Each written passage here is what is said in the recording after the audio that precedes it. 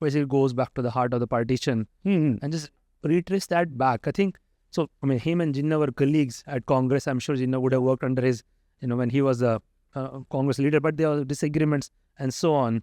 So just how was that whole, position unfold? I don't think, a small slight correction, Jinnah would not have worked under him. Okay. Jinnah saw himself as senior to Gandhi. I see. Because when Gandhi was in South Africa, so technically Jinnah is about a year younger than Gandhi. He had become a public figure in India much before Gandhi. When Gandhi was an activist in South Africa, only working for the Indian diaspora, Jinnah was a member of the Imperial Council, Imperial Legislature in Delhi. I mean, he was debating with the Viceroy and with Gokhale and Tilak. He was, in fact, Tilak's lawyer. So he was much more senior in the Congress, much better known in political circles and public policy circles in India. And also, he was a much more successful lawyer than Gandhi.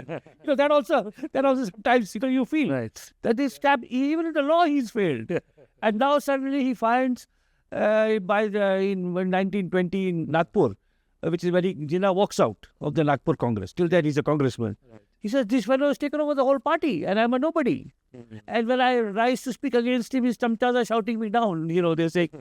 Now, so Jinnah, it was a personal affront to Jinnah, and this is, this is something, Mukesh, I will not take names, but you will see it.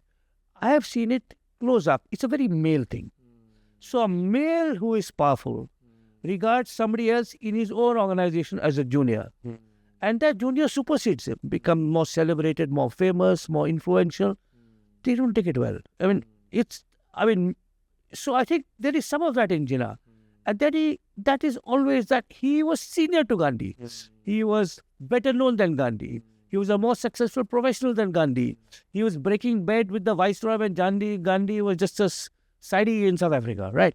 And then Gandhi becomes the major figure in the Congress, and I think so there is a deep personal rivalry that Jinnah has with. So Jinnah leaves Congress in 20s. 20, yeah. And then he, of course, then starts doing only his own work, and then he goes to London, and then he's persuaded to come back and by the Muslim League in 34, and then he builds it up, and of course then he becomes the Muslim alternative to Gandhi. But I'm guessing they must still be in touch throughout those 2 decades. Not really. No, from 20 to 30 is not in touch. And it's also possible that if not Gandhi's advisors underestimated Jinnah, because in the 20s, many more Muslims followed the Congress than the Muslim League, followed Gandhi than Jinnah, but by the late 30s, that had kind of changed. So there must have been some element of underestimation also, including by Nehru and by Patel. So there is that deep personal rivalry that is part of this. And it's mostly on Jinnah's side. I think Jinnah does feel, as I said, you will find, you see it in corporate life. You see it in sport, that somebody is very celebrated and someone from nowhere comes and, becomes more of a shining star. So powerful and successful men take being overshadowed rather badly. And Jinnah's, I think that plays into Jinnah's determination to get even with Gandhi, to build an organization, the Muslim League, that at least is taken as seriously by the British, even if it does not have the mass following of the Congress. It has the same capacity to influence political decisions, and that hence it animates his desire and the desire of his colleagues in the League to create their own nation. Other thing I noticed in the book, which I was not aware of, I think it was 1928, when both Motilal Nehru and Jawaharlal Nehru were potential candidate for being the Congress president, That was a pretty interesting year, both. So I think Motilal Nehru is in 28, the candidate is president, and Jawaharlal succeeds him. Right. So there's a kind of father to son transition. And those I'm imagining, given the age difference, so on, Motilal must be a much more prominent leader. But Nehru had already become the darling of the youth, by then. So he had been very active in, the agitation of the Simon Commission. He started writing. But yes, that is the kind of, sense, it's a sort of dynastic succession. Yeah. Got it. And then just the reason I'm bringing it up, I want to fast forward to now, I think in mid-40s. Yeah. See this, I think my understanding of history is, the idea of Pakistan wasn't a very big prominent theme in 20s and 30s, probably 30s onwards. Correct. Started to gather some steam. Early 40s, right? Yeah. So very, happened very quickly, very fast. That's it. And this must have come as I guess did come as a, big shock to Gandhi. It looks like he spent most of his 40s fighting against it. In the Correct. process, probably managed to like just piss off nearly everybody, for... So I think, see, what it happened very quickly. So, in 1940, in 1937, there are elections and the Congress wins 7 out of 9 provinces. In UP, the Muslim League at that stage wanted to be in coalition with the Congress. And the Congress was too arrogant. They said, no, we'll run it because they had a majority, we'll run it on our own. But then in 1940, 1939, the war breaks out. The Congress ministries resign because, this is described in great detail in my book, that Gandhi and Nehru tell the Viceroy, we will join the war effort. Gandhi even says, I will not, my commitment to non-violence is personal, but Indians can join the army, fight against Hitler and the Nazis because they are a great menace to world peace. But in return for our helping the British in their war effort, you must promise us independence when the war ends. That is what the Congress tells the Viceroy, and the Viceroy says no, because the Viceroy thinks, like an old reactionary, that the British will be here forever. So the Congress ministries resign in protest.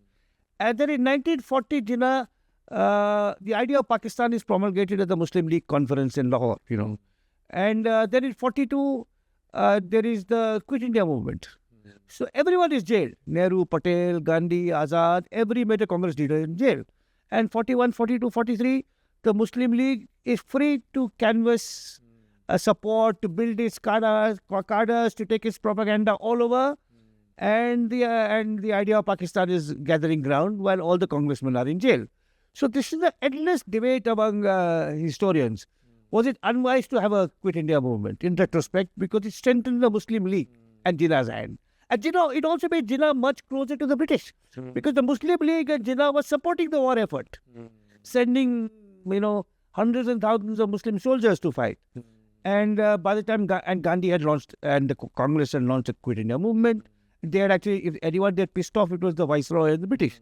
Because here the British were in England with their backs to the wall, with the German planes invading, and here is the Congress under Gandhi and Nehru and Patel fighting against them.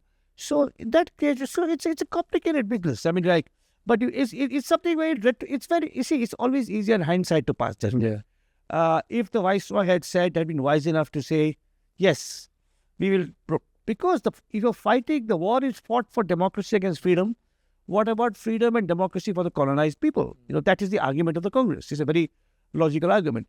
But I think that is the 46 elections which are held, and where the Muslim League sweeps all the Muslim seats. And by that time, January, February, partition was inevitable. People claim it could have been stopped, and some romantics think that, Gandhi could have, Gandhi offered, it is true, Gandhi offered Jinnah the prime ministership, but Jinnah didn't want to accept it because his party would have been in a minority in the assembly, whereas he was now sure he would get his own country.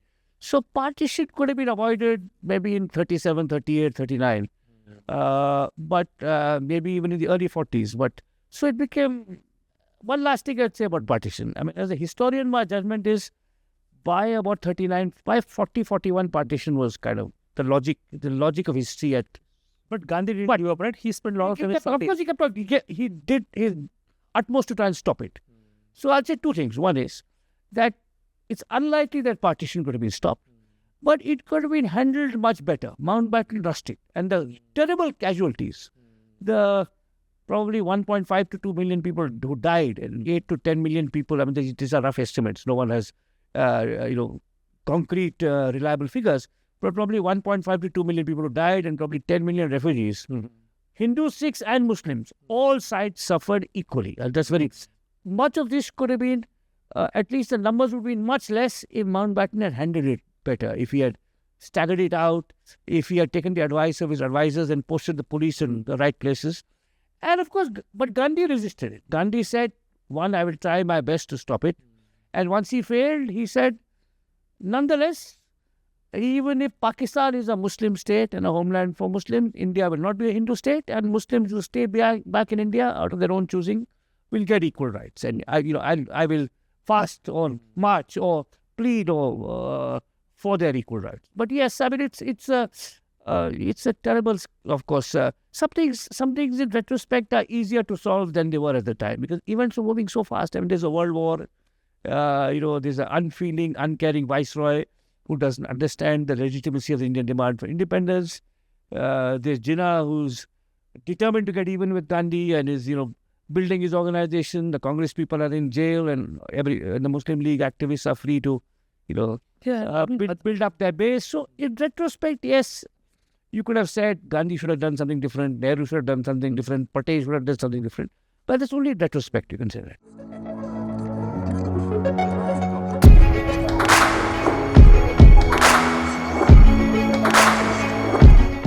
At SparX, we aim to bring to you stories of exponential impact. We share in-depth analysis of what goes behind success stories. If you find our conversations interesting, you can join us by subscribing to our YouTube channel. You can also listen to SparX on Spotify, Apple Podcast, or any other audio platform of your choice. If you have any suggestions on who we should invite or what topics we need to cover, just let us know in the comments. We are always listening, looking for ways to improve, and keep getting better as we go along.